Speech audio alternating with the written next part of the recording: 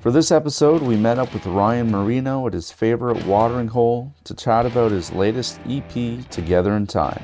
We get into how it departs from his previous albums and how it's setting him up for his next project. And as always, he lets us hear a few sweet tunes as well. So sit back, sip your poison, and enjoy the ride. I'm your host, Kalen, and this is the Pagan Place Podcast.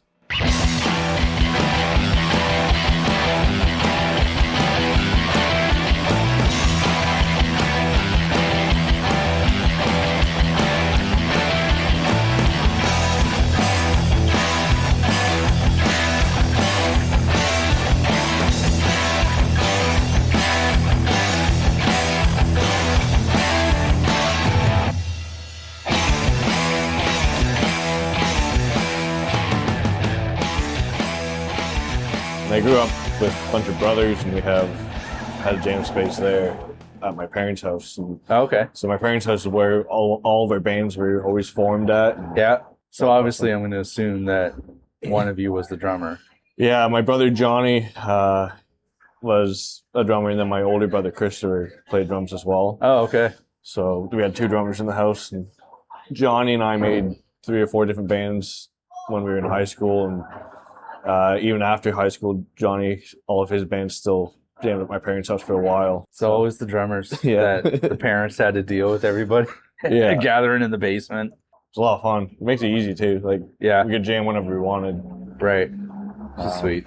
Yeah. Awesome. Yeah. So welcome to the podcast. Thank you. Yeah, I've been excited to come on here. I've been listening to the podcast for a long time. Yeah. Sweet. I think I started listening to it probably 2018. Does that make sense? Yeah.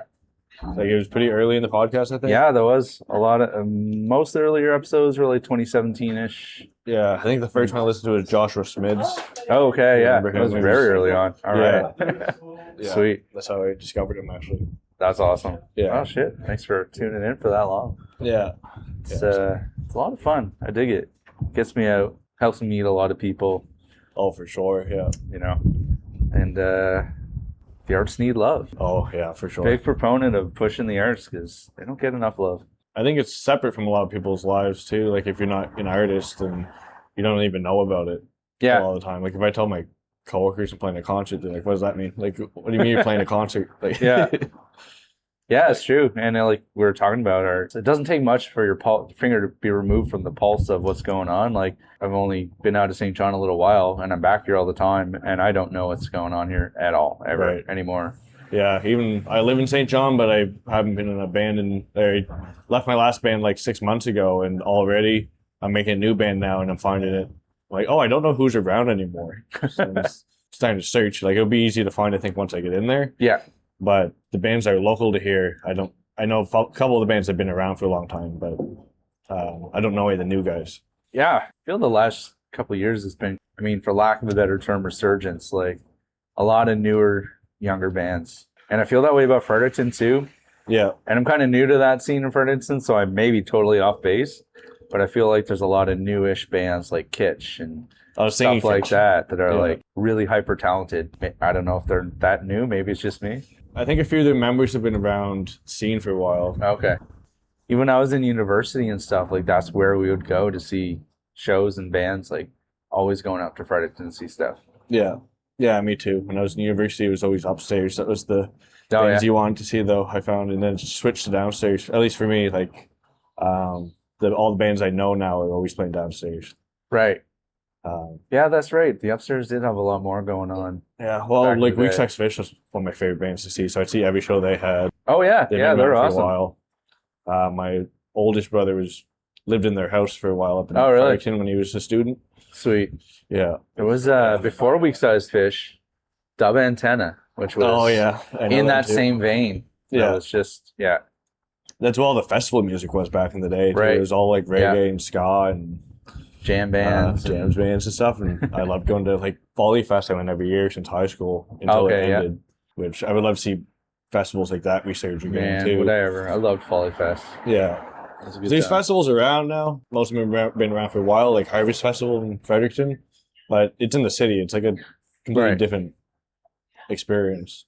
Yeah. And it's kind of how I feel about 506. Like, I like 506 a lot. I love it for what it is. Yeah. But it's something like Folly Fest, and I work for Future Forest Fest, so I feel like something like Future Forest Fest, you're way more immersed in it Yeah. because you're literally living there Yeah. while you're going. The other big one that used to be in Antigonish, but it moved to Moncton.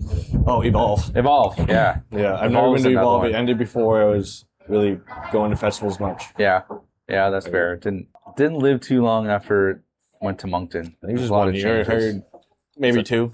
Yeah, 1 or 2 years. Yeah. it's too bad. That was a fun one. Yeah. 506 Fest, like, yeah, that's my favorite festival right now just because it's so local. Mm-hmm. And I go the whole weekend every time. But it is different. Like, I wake up in my bed the Right. next morning, then I wait till like 3 o'clock, and then I head into town. Like, it's a lot different than waking up on a campground. You climb out and you're in a sunny field and Crack a beer as soon as you wake up. yeah, exactly. Wander out to see who's playing. Yeah, and you're talking to all these strangers the moment you wake up. And they're all having their high. Like, It is a totally different experience. Yeah. yeah. I do love that. I mean, Future Forest still does it really well. Yeah, I've been meaning to go to that festival. I just haven't gone yet. It always ends up at a time I'm busy. Right. In fact, this year it lands right on the day of my first show with my new band. So Right. I'm like, well, can't go to Future Forest now. Fair enough. Gotta prioritize it. I gotta be at my show. Yeah. Yeah, that's fair. If ever there was a good reason. Yeah. So to kind of dig into that, to change gears, but we'll call that a segue. Yeah. Your latest album, which you just released yesterday? Yeah, this came out yesterday. So this album, it's a little less just you. So this is my 8th album. Like, when I write solo music, it's always been experimental, like, because I was in other bands and stuff, and that's what I found when I was in other bands that I didn't get out of writing my own music was like the freedom of expression. So Right. when I started making music, I was making all electronic stuff because I found that on guitar when I was in like high school, I couldn't write exactly what I want to make. Like, I couldn't play on guitar the sounds I wanted to make. Right. So I started making electronic music. And then, so for my solo music, it's always like that. But now I wanted to incorporate all live instruments. And part of doing that is, well, I can't drum very well on a live drum set.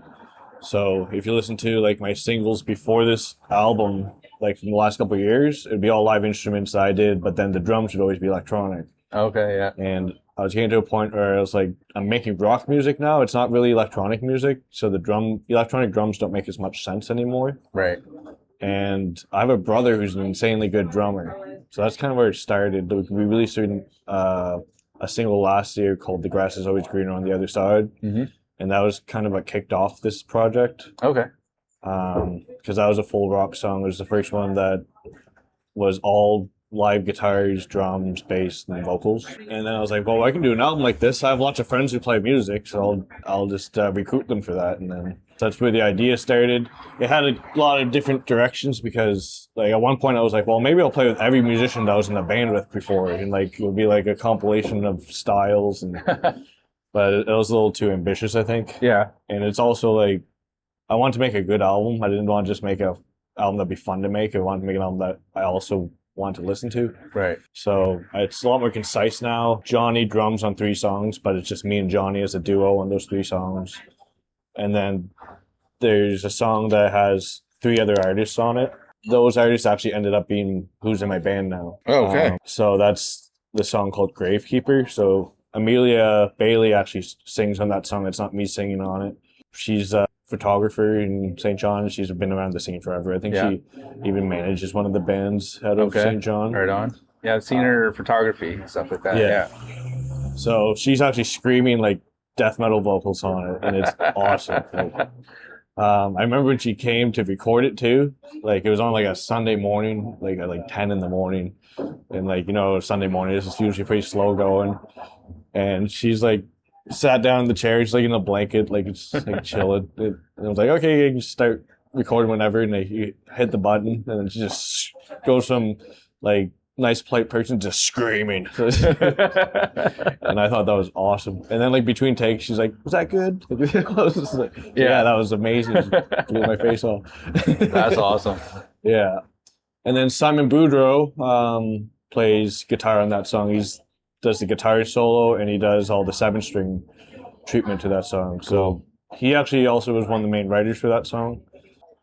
A bit more backstory is we were supposed to make a metal band a few years ago. That's how we kind of got acquainted with each other. I know him he's in Dab Patrol, my brother's band, and then I was talking to him at shows, and then we were talking about metal music and wanted to make a metal band.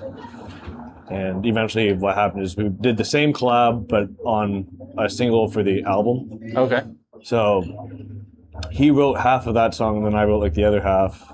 So a lot of the more modern metal techniques he brought to the song. Like I listen to a lot of 80s metal and Iron Maiden and stuff like that. Yeah. He listens to all the modern stuff with all the weird time signatures. Oh, right. And really heavy stuff. Yeah. So melding our styles together is really fun because I think I learned a lot from him. I can't say how much he learned from me. And then Jacob Steves, his friend, is the drummer on that album, or on that song. And he's been jamming with Simon since like middle school, it sounds like. What's really cool now is we have that song out, but now all the same members are in a band together. So that band will be starting in August. Like we'll be playing August 7th, our first date at Wasted Day. And then we have other shows being lined up in August and September right now. We're not announcing them yet just because we don't have the dates firm. So that's going to be called Marino and the Time Walkers. Is what we named that band. All right. This is where we're playing all my music to start.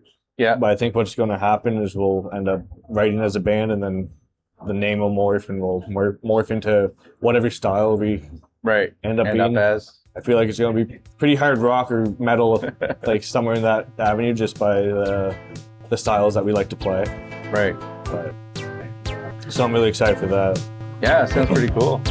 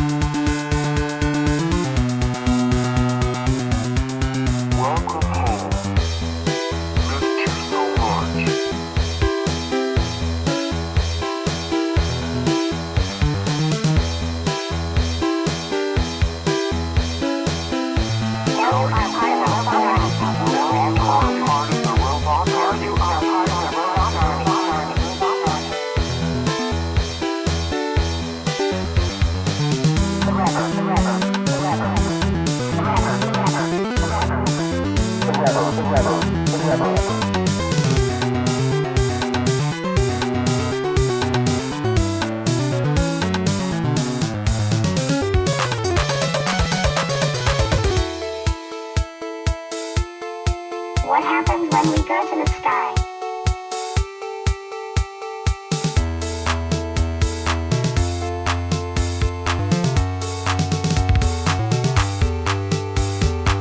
I don't want to die.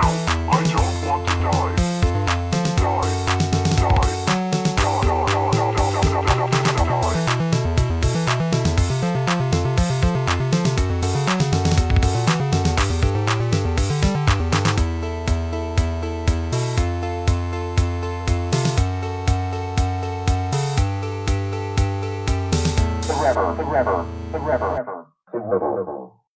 So it sounds almost though as like this was, despite what maybe you intended when you first started it, it's kind of been an experimental start to the next phase of what you're doing a little bit. Yeah, and it's funny because I think every time I release an album, it's kind of an experimental start to the next phase. My 7th album was just all piano instrumental because I think I was getting tired of evolving one phase. Right. So I was evolving the electronic music into like rock/electronic. And that was evolved as far as I really wanted it to evolve, I think. Yeah. And then I made a classical piano album just as a reset. And then after that, I got into making full rock music and having drummers come in and put real drums on it. A drummer who knows how to write a good beat and actually play it properly. Right. Where some of your earlier stuff has been a little more experimental and different from each other thing that came before it, do you feel, or has there been, this is a question I ask everybody, but Right. has any of that influenced, or are you pulling from any of that on this album? A little bit. So I tried not to repeat myself too much, but I think I have a style. Yeah. And it's obvious in some of the chord progressions I choose, like 6-7-1 chord progression. It's like I use that in almost every album at some point, and it's usually often in the like it's just a really dramatic. I like dramatic music. It's a dramatic chord progression. It shows up everywhere. So I think like a lot of my style still stays true, and it's like an evolved version of it. Especially like the way I play guitar. If I listen to my first album, it's like I still talking in the same voice. It's just saying different things now. Right. And I didn't pull much from electronic stuff. Like this would be the least electronic inspired album, but like even there's a song called Niscience in Orbit, which is just me. It's the only song that I don't have collaborators on. And the way that I wrote the song is a lot of guitars layered on each other in a similar way that I might layer synths and stuff when I was playing a lot of electronic stuff. Right. And then probably the most unique song on the album compared to my old stuff would be Together in Peace, which is a song that my girlfriend Charlotte played guzheng on. So guzheng's a Chinese instrument, and it has, I think, 21 strings on it. Yeah. And they lay like horizontally, almost like a lap steel would. And then you push down on, it's hard to describe without showing, but you push down on the string to bend it. Yeah. And then you strum the string to play it. So it has a lot of similarities to playing the guitar. Right. And what I found really funny when I met Charlotte was when she was playing, I was watching her do the techniques, and like a lot of them are like tremolo picking and like, tremolo picking specifically I saw, and I was like, I thought Eddie Van Halen popularized that. That was in the 80s. Like, now I know where he got that's it. From ancient China. Yeah. Crazy. So it was cool to see her playing. Never heard of the instrument before I met her. And like I play piano and guitar, and then to see a instrument that's shaped like a piano and a guitar, and then just playing all these techniques. And crazy. Yeah, I thought it was I like, as soon as I saw her playing that, I was like, we need to make a song together. That's pretty sweet. Yeah.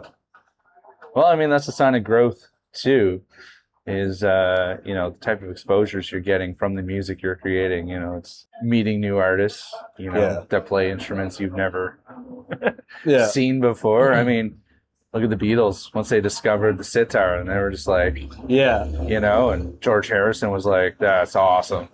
Yeah. Leaned right into it. Yeah. So that's pretty cool. Yeah. I think a big component of that helps with the staying fresh and experimental too is my philosophy when making music has always been to make music that I find interesting or that I would want to listen to. Where like a lot of people, if you think about being a musician, if you never played music before, you think that you want to try to make music that would impress people or where you'd sell money making or whatever. And I've always thought the opposite. I think it was Darren Malakian from System of a Down. I saw an interview with him. He was talking about how they were asking how he's inspired to write music. He's like, well, I don't make music that the crowd wants to listen to. I make music that I want to listen to, and I'm a human being, so if I like the music, then someone else will like it. She's like, he's not looking for a specific person to listen to it. It's, I like a bunch of different music. I think it'd be cool to merge all this music together, all these inspirations. Yeah. And I think I would like listening to it, so that means someone else will. Yeah. I think that's the most authentic way to really make music. I agree. I play folk predominantly, like myself. Yeah. And as soon as you're at a party or something and somebody finds out you play guitar and sing, and they're like, oh, well, what do you know? I was like, nothing that you know, I guarantee it. Yeah. And I'm like, oh, well, try me. And then you're just busting out stuff. Something's a rattling, or, you know, like, you're not going to know what I'm playing. But, yeah. But it's stuff that I enjoy playing and that I sonically like. So I can kind of, I guess, I get what you're saying. Yeah, it makes sense to, if you're not playing for yourself first, and the same as if you're painting, like if you're not painting for yourself first, right? What are you doing it except to maybe sell, I guess, and make money? Right? Yeah, because you don't always make money making what you want to make, right?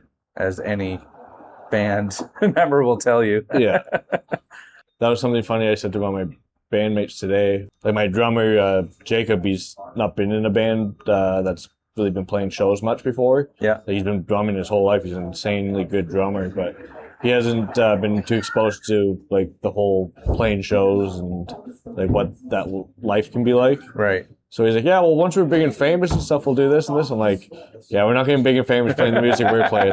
You're in the wrong genre. Yeah, that's fair. But on the flip side, you know, you never know about, maybe not big and famous, but getting a following. Like, yeah, a lot of bands that have a unique sound are doing, at least, you know, in New Brunswick sense, pretty good artistically, you know. Yeah. They get a packed house for their shows, and, you know, like Dive Patrol, yeah, they have a unique sound as far as, and most of their solo projects have a unique-ish sound, and they usually get a good pull, you know. Yeah, and they're really themselves, and I think that's one of the things that attracts people to them is you can tell it's very much their personalities into the music. Like, yeah. You can even tell who wrote which song if you know them all. Yeah. Pretty well. It's like, yeah, that's definitely a Simon riff, or that's definitely a Zach riff. Like, and then you can tell like Johnny on drums always likes to be a little jankier than a lot of drummers would approach the style. So the beats are always like really cool, how the grooves to them, and like it's very alive. Right. So it is, and I don't think that they're thinking about. I bet the audience for customer service will like this, even though they're playing with customer service, but they're not catering to an audience. They're catering to whatever they want to make. Yeah. Really obvious once they release Pleaser, their album in 2023, that they have just gone making music they want to make. It's such a huge shift in genre. It really was. Yeah. It didn't surprise me, though. Like, when I heard it, I was like, oh, this makes sense. Like, it checks out. Is that kind of why you've been on the more experimental side consistently? Because those are things that you want to play with and dabble into? Or? Well, I think a lot of the music I listen to and am inspired by is stranger a lot of the time. Like, how should I say this? Like, I like listen to the old cool prog music like Pink Floyd and all those bands, but then I also like listening to really weird electronic music just because I find if I'm listening to music and I'm surprised a lot, that's one of the things I find interesting. Like, it keeps me interested. Usually when I'm listening, I'm like very actively listening to music. I'm trying to listen to everything that they're doing, and if they're doing something I've never heard before, that's always I find interesting. Yeah.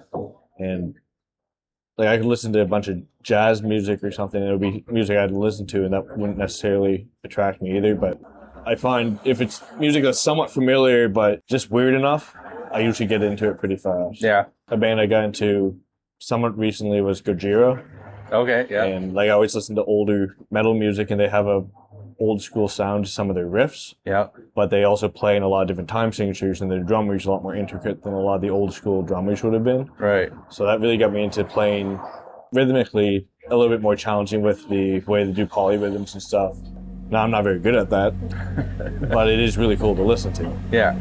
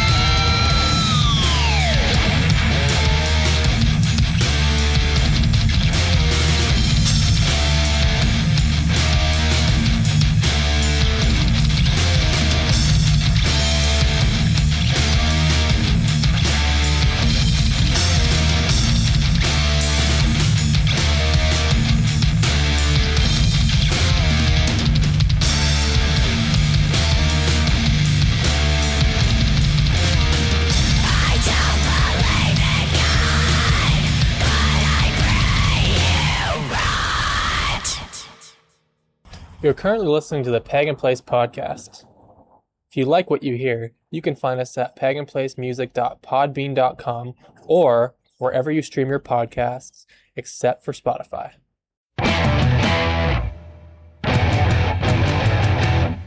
How much influence would be the incoming artists that worked on this project? How did they affect the end result?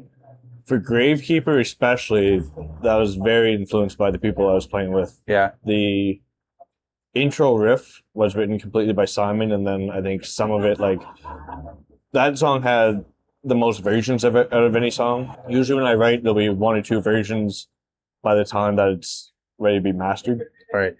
That song, I think, had like 6 or 7 different iterations. Okay. For a few reasons. One, it's hard to play. So we re-recorded it like 6 different times.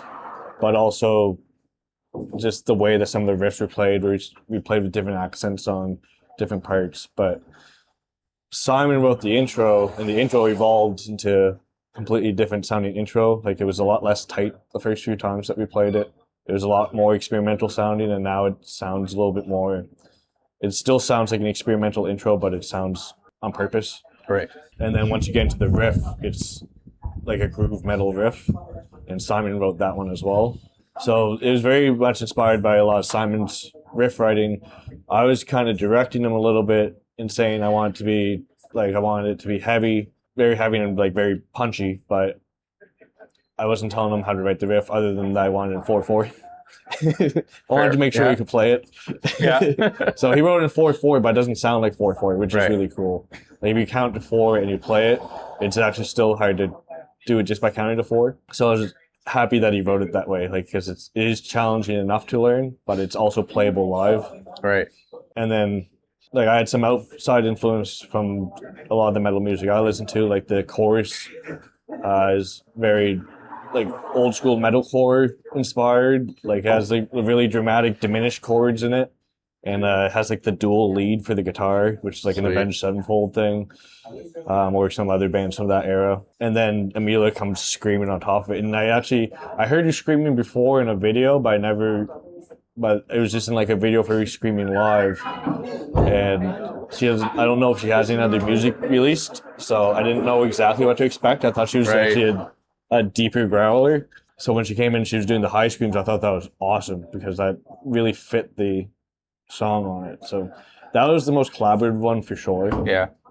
The other ones, I knew the direction beforehand, but that was because like Johnny was drumming on them and he's my brother. So we've written a lot of music together, and usually I'll write all the guitar stuff before he even comes in, and he knows exactly how to drum over it. Okay. He'll do a little bit of producing sometimes, especially when we were playing together a lot, where we'll get, like, I would usually write the verses and the choruses, but then once you get to a bridge section, he'd usually be the one with the ideas of, like, this would be a lot cooler if we played it in halftime, or if we slowed down and played a riff that was, like, more menacing, or those type of ideas. Like, who's it better? It's talking about how you're going to make a song sound good live, Right. and how you're going to change the energy.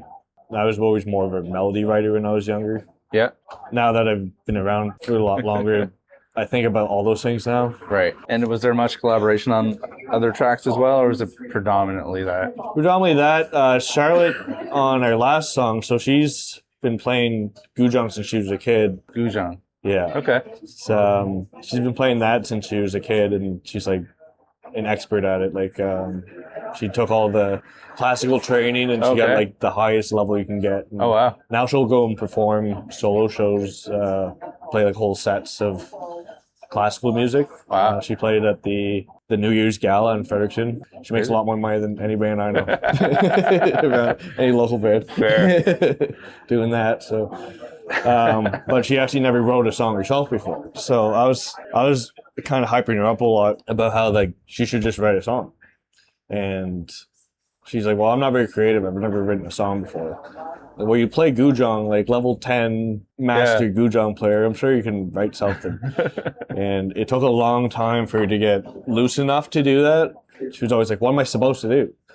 It's like, you're supposed to do whatever you feel like doing. That's what writing music is. Like, you're not trying to do anything. You're just, and it's hard to get into that mindset if you've never done it before. Absolutely. Of, like, just letting yourself loose and playing, Yeah. it's kind of like if you told someone to paint a painting, it's like, well, what do you want me to paint? Whatever you want. Right. And it's to someone who's never painted before, it's like, I don't know what that means. So Yeah, that's true. So we spent a lot of time just getting her into the mindset of you can play whatever notes you want. Like, I played the piano. I wrote the whole piano part before she even started writing the gujang, and I recorded it all before she started too. So I said, "You're the lead instrument." I wrote all the piano. You're just going to write basically the singing over it. And then the way that we eventually got her comfortable with writing, I said, "Well, how would you hum over it?" You don't even think about the gujang, because the gujang, like, she's saying, "Well, should I use this technique?" And Yeah. And I was like, it'd be cool if you use all those techniques, and you should use all of them. But it's not about what techniques you play, it's about like what you're singing over it. Right. So once she started writing, she would actually hum it first. She also wrote down every key I played on piano on it. I was like, I would like, she listened to the whole song and wrote down every key of the piano onto her staff.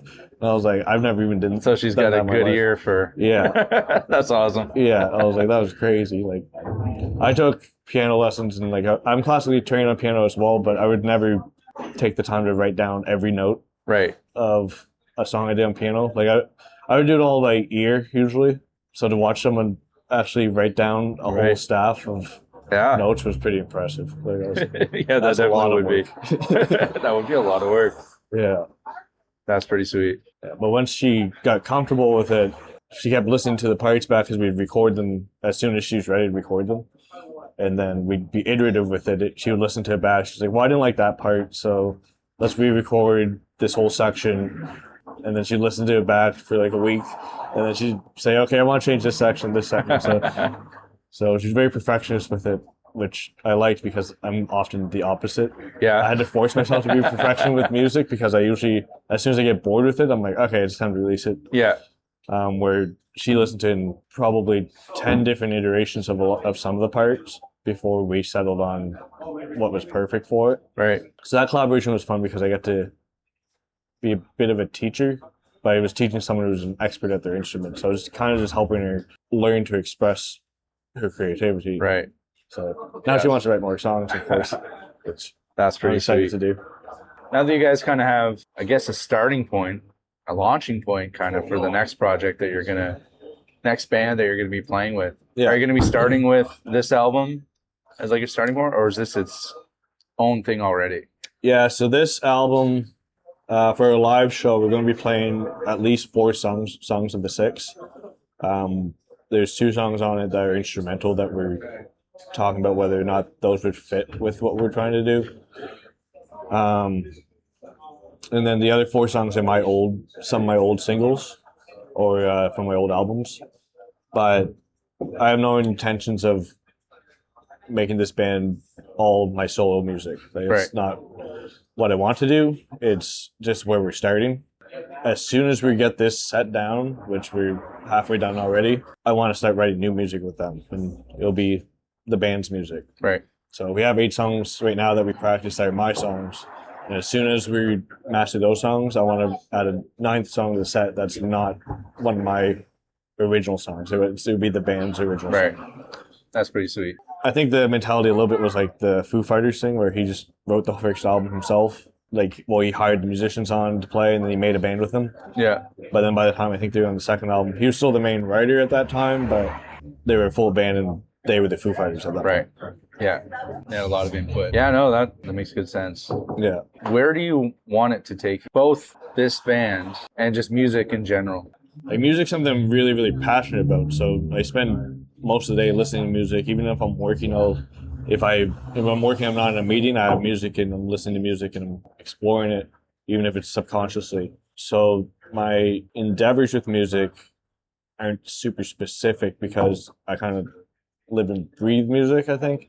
Right. I'm always thinking about writing music. In fact, when I wrote this album, I think I spent more time thinking about the album than I did actually playing my guitar and putting down tracks for it. I think I was thinking about what I wanted to do with each of the songs and like what the themes were going to be, how certain parts should sound, and who should play on it.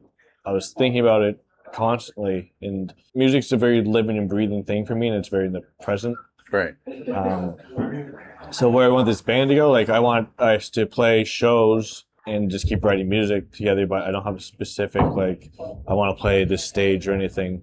We want to play all through New Brunswick and then probably end up playing the Maritimes, similar to a lot of the local bands that I like to watch. Mm-hmm. But in terms of we want to make an album this year or album next year and stuff, we haven't discussed all that with this band yet. I do know that we will want to. Like, even Simon's already expressed that the money we make from the shows, we should put some of it aside for studio time. And I agree with him. That would be, like, I did this album all in my own home studio. I have enough gear that I could make an album, but to go to a professional studio would just be that much better, especially now that we have musicians full-time in the band or dedicated to the band. Yeah. In terms of my solo music, where I wanted to go, it's always what I feel like doing in that year, basically. Like, I release an album almost every year, and it's wherever I am in my stage of creativity that I want to do. Sometimes I'll make a more experimental album. When I made a piano album, I was just playing a lot of piano, and I was only playing acoustic guitar, which is a really weird thing for me. Like, I rarely will play all acoustic instruments. I was playing a lot of piano, I was playing acoustic guitar. I wasn't playing that much electric guitar at the time. And then now I'm playing exclusively electric guitar, heavy music. So do you think this new band, once you start writing new music, will that satiate your need to be putting out solo stuff at all? Or do you think that's kind of always going to be there as well? I think what likely will happen, it's kind of what John Frusciante does with the Chili Peppers. Is like Chili Peppers, he always makes really cool guitar music and but it's making a certain style, and they're always evolving their sound to some extent. But then he'll go make he'll go make solo music, and his solo music is it's almost what he's not doing in the Chili Peppers, right? Because makes a lot of electronic stuff, and he's a producer and all these other things. He made like a prog rock album in 2009. I think that's where my solo music tends to go, is if I'm playing in a band at the time I'm making solo music, usually my solo music is playing whatever I feel like I'm missing out in the band. So yeah, that makes sense. Like, I was playing in Carbon Crush last year. Like, I liked that the band was really fun and like kind of goofy, but one of the things I was missing was like the more dramatic parts of music. So that's actually when I started writing this album. Was while I was in Carbon Crush, and that's why probably why this album's so dark, or at least like atmospherically dark. Is because I wanted to make something like heavier and more gritty, and more atmospheric. Whereas in like a kind of a poppy rock band, they're like a psychedelic poppy rock band, I guess would be how you describe their band, and which was really fun to play because it challenged me. Like, I never really played like music that would be fun party type music before. Yeah, it was definitely fun to be in, but then what I felt like I was missing was like plain dramatic melodies and things like that. Yeah. And I was trying to bring that to the band, but I don't think that was the appropriate place necessarily so then we just had on our set just like a few songs that were harder rock songs, but I don't know if it really belonged there or if that's just something I was trying to push. Right. Oh, that's fair too, yeah. Yeah.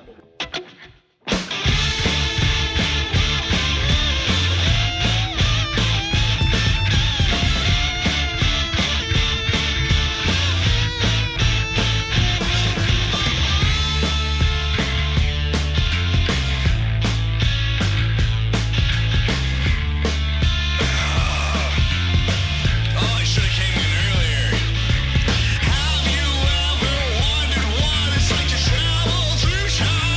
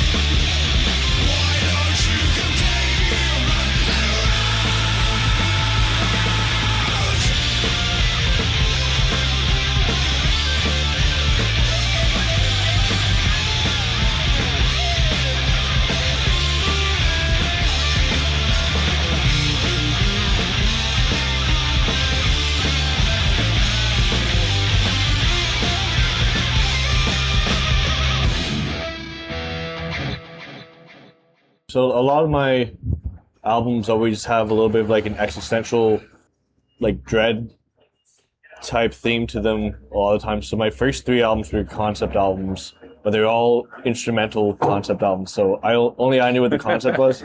Like I wrote a whole story.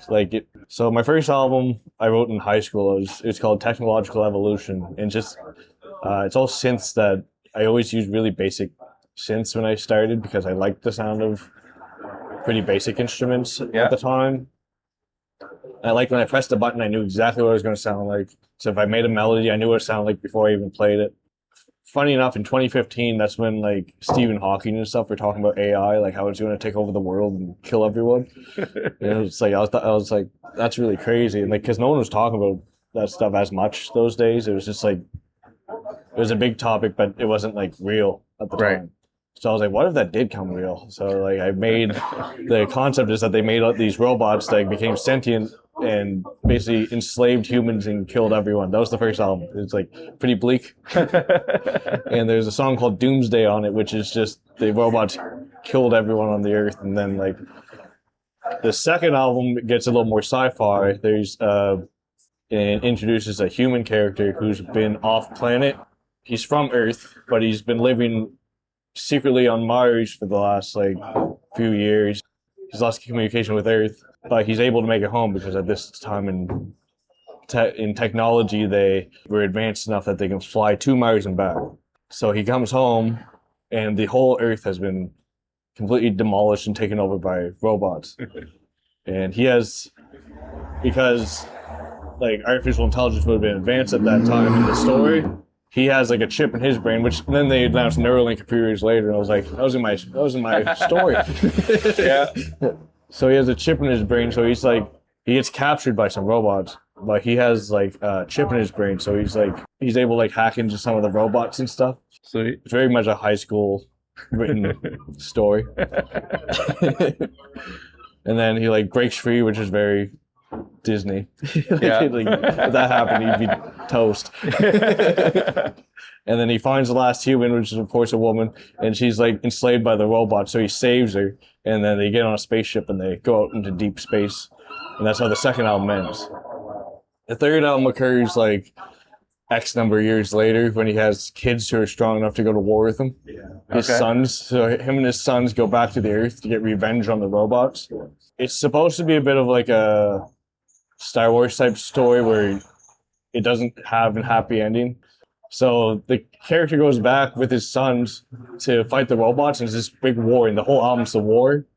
And then he dies, and his kids die, and his wife is off on another planet in the middle of nowhere. And instead of in the lesson that he learns, because the last time he goes to heaven, he wakes up in bed next to his wife in heaven. And he's like, his wife died because he didn't go take care of his stupid wife. He went back to get revenge on robots. Like, sweet. And then I didn't revisit those concepts since then. And I wanted to make a pretty bleak album for my 8th album. Yeah.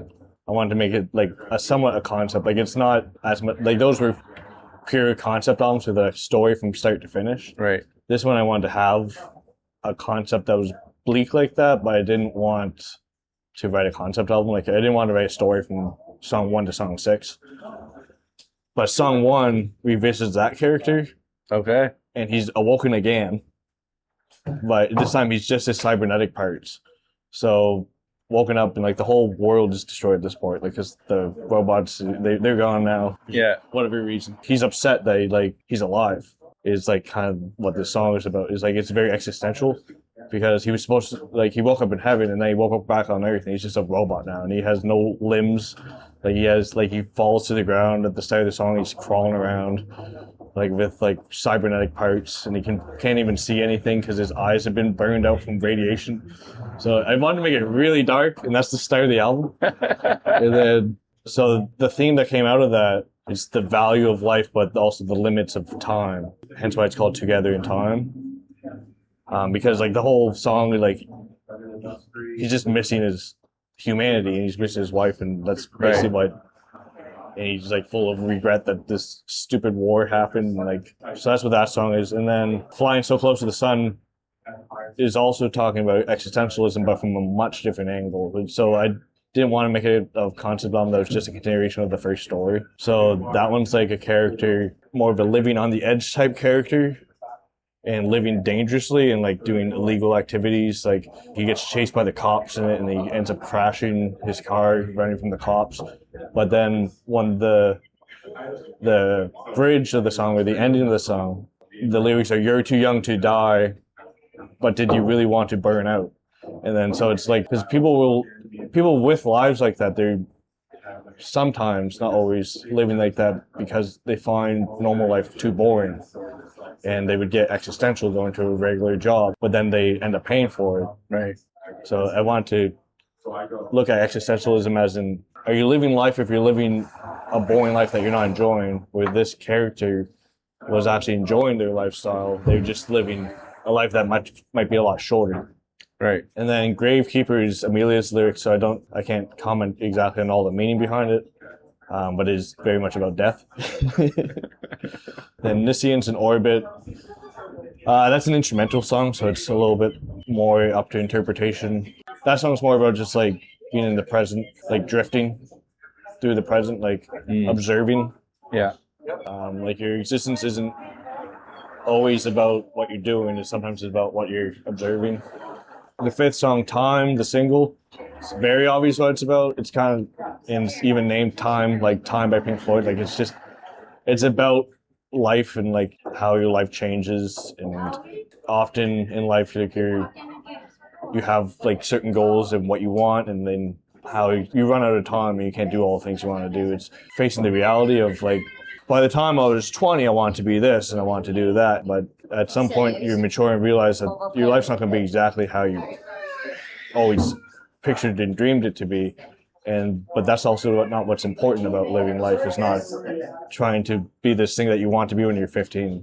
Right. Like a lot more about living in the present and stuff. And that's kind of what the conclusion of the song is. The sun goes down at the end of the day, but then there's always tomorrow, and like always opportunities for you to get what you want, like to live in a way that you want to live. And you should start doing that like as soon as you want. That's very much the theme of most of the album. You're kind of getting where the theme's going, I think. Yeah. And then Sounds Together like that's in the Time, one so far that has the least impermanence in it. Like yeah. Yeah.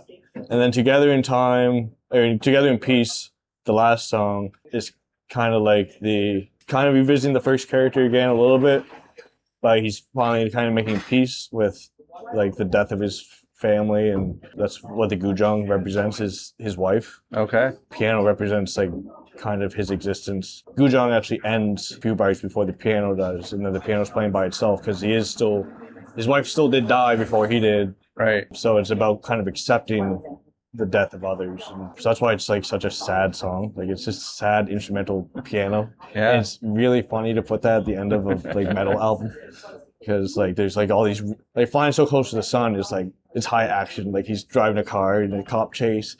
It's all like exciting. It's like a thriller. And then like Together in Peace is so contrasting because it's like a sad, slow piano and guzheng. It's really raw. There's only 2 acoustic instruments in it. And what I was trying to do with it is like, I put it at the end of the album because I want someone to listen to the whole album in their car. It's only 30 minutes long. So by the time we get to the end of it, you're just sitting there like, damn. Like I want them to be sad at the end. It's a good existential ending right there. Yeah. If ever you were trying to hit that note. Yeah. For a while I was having one guest leave a question for the next guest, kind of a thing. Oh man.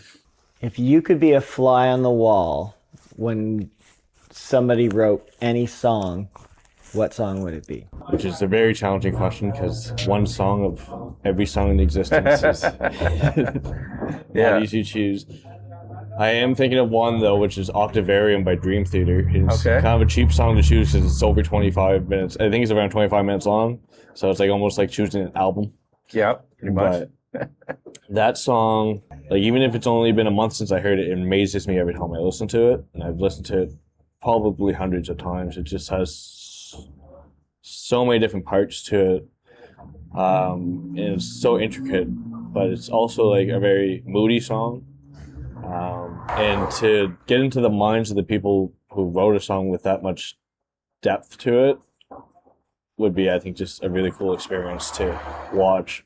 Well, I always liked seeing like documentaries of like bands who would record in like a haunted mansion or stuff like that. Like Blood Sugar Sex Magic by the Chili Peppers was recorded in like a mansion that they just all lived in. It was like an old mansion. If you could give a bit of advice to anybody who's kind of just coming up, in brief, a bit of advice for anybody coming up, just starting in the music or maybe just starting to try and put out an album. Well, my answer for that might be a little simpler than others might be, but mine would just be to do what you think is cool. Like, the most important part about music, as an artist at least, from an artist perspective, is enjoying it and having fun. I make music because it's something I'm passionate about. It's something I really care about. I like listening to music. I like playing it. I like being in the music scene.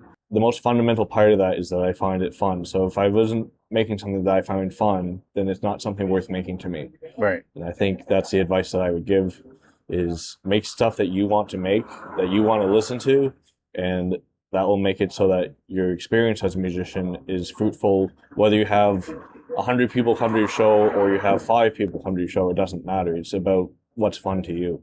Right. Sweet. I agree. No, I will shout out Harmony House, because I will say that they, Jen and Doug from Harmony House, have allowed me to grow a lot in the music scene over the last few years, from the early days of them being a jam space that all their friends would meet at, and that's how I met a lot of the local musicians here, and a lot of them were my age, so I met a lot of them in high school already, and it was cool to reacquaint with them. And then from them putting on music festivals and all these concerts and allowing us to have a space to play. So I will definitely shout out Harmony House as a local St. John venue who deserves all the credit they can get. I agree. Oh, where can people find your music? My music is anywhere that you stream music, pretty much. So Spotify, YouTube, iTunes. I'm trying to think of them all. If you listen to music, wherever you listen to music, not SoundCloud anymore, because for whatever reason it doesn't, like the distributor doesn't put it on SoundCloud for you, but pretty much anywhere else, yeah. Sweet. I will probably have some CDs once I start playing live, but it might not be at the first show, so that'll be something I announce later. Sweet. Awesome. Yeah. I'll look forward to hearing that. Awesome. Thanks for taking some time, man. I appreciate you sitting down, and I guess it's a sunny afternoon, so Yes, it kind of coming worked out well. Yeah, We didn't have to yes. deal with the rain, which is I'm great. glad we did at the Wasted Day. I'm definitely here a lot. It's a good venue. It is a good venue, and I do enjoy their beer, so. Yeah, for sure. Sweet. Well, Thanks, thank man. you a lot for having me on this. I've been looking forward to this for a long time. Yeah, likewise. Cheers. Cheers. Thank you.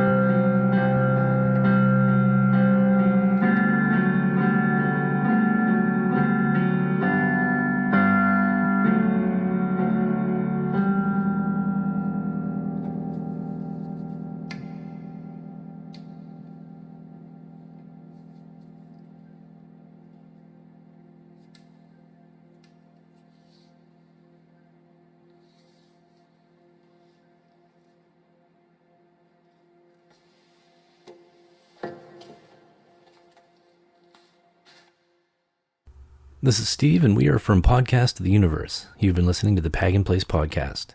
And when I say we, I mean myself and my producer, Hats. Hats, I know you're a big fan of Kalen's show, so is there anything you would like to tell the people, or anything you'd like to add? This is really embarrassing, Hats. Look, don't be like Hats, everyone. Tell your friends, tell your family about the Pagan Place podcast, and don't forget to share it on social media.